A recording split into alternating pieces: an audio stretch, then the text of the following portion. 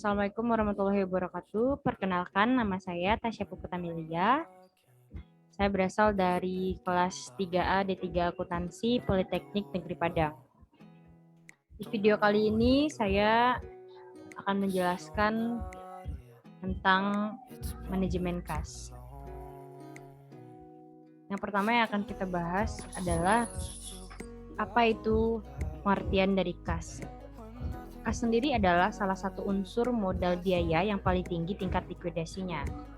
Nah, kas harus dikelola dengan baik agar jumlah kas tidak terlalu besar dan tidak terlalu rendah, karena hal tersebut tidak akan menguntungkan sama sekali. Makin besar jumlah kas yang ada di perusahaan, berarti makin tinggi pula tingkat likuidasinya. Nah, yang kedua, yaitu apa sih manajemen kas? Nah, manajemen kas di sini didefinisikan sebagai pengoptimasian penggunaan kas sebagai aktiva. Diartikan tidak boleh terjadi kegagalan pemakaian kas dan pengawasan terhadap posisi kas tersebut. Lalu selanjutnya, apa saja sih ruang lingkup manajemen kas? Yang pertama itu ada faktor-faktor yang mempengaruhi besar kecilnya persediaan kas.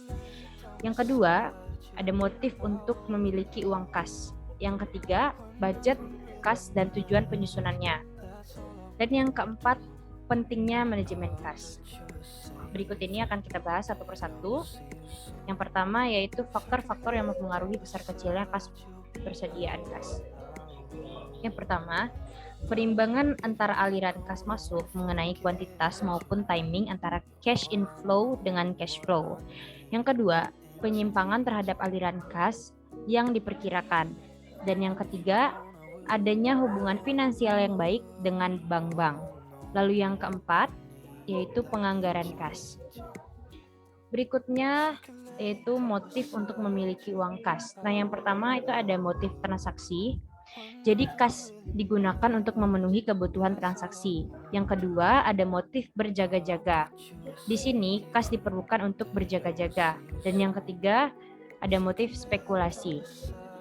Motif spekulasi ini merupakan kebutuhan kas untuk memperoleh keuntungan karena perubahan harga. Selanjutnya, kita akan membahas tentang budget kas dan tujuan penyusunannya. Yang pertama, mengkoordinasikan semua faktor produksi yang mengarah pada pencapaian tujuan secara umum. Lalu, sebagai alat untuk mengestimasikan semua estimasi. Yang ketiga, sebagai alat untuk melakukan penilaian prestasi. Dan yang terakhir, sebagai alat komunikasi semua fungsi dalam perusahaan. Selanjutnya, yaitu budget kas. Nah, prediksi posisi kas untuk periode tertentu di masa meredam. Yang disebut dengan budget kas. Nah, budget kas ini dibedakan dalam dua bagian. Yang pertama, estimasi penerimaan kas, di mana penerimaan kas ini berasal dari hasil penjualan tunai, lalu peluang yang berkumpul dan penerimaan lainnya. Selanjutnya yaitu estimasi pengeluaran kas, digunakan untuk pembelian bahan mentah, pembayaran utang-utang, pembayaran upah buruh, dan pengeluaran lainnya. Selanjutnya, apa sih pentingnya manajemen kas? Yang pertama, manajemen kas yang efektif dapat mendorong peningkatan laba investasi atau RO dengan cara yaitu kita bisa meningkatkan kontribusi laba dari kas. Dan kita juga bisa mengurangi jumlah investasi yang terkait pada kas. Lalu pentingnya manajemen kas yaitu untuk meningkatkan produktivitas kas dalam rangka kontribusinya terhadap laba investasi menurut Kursianto.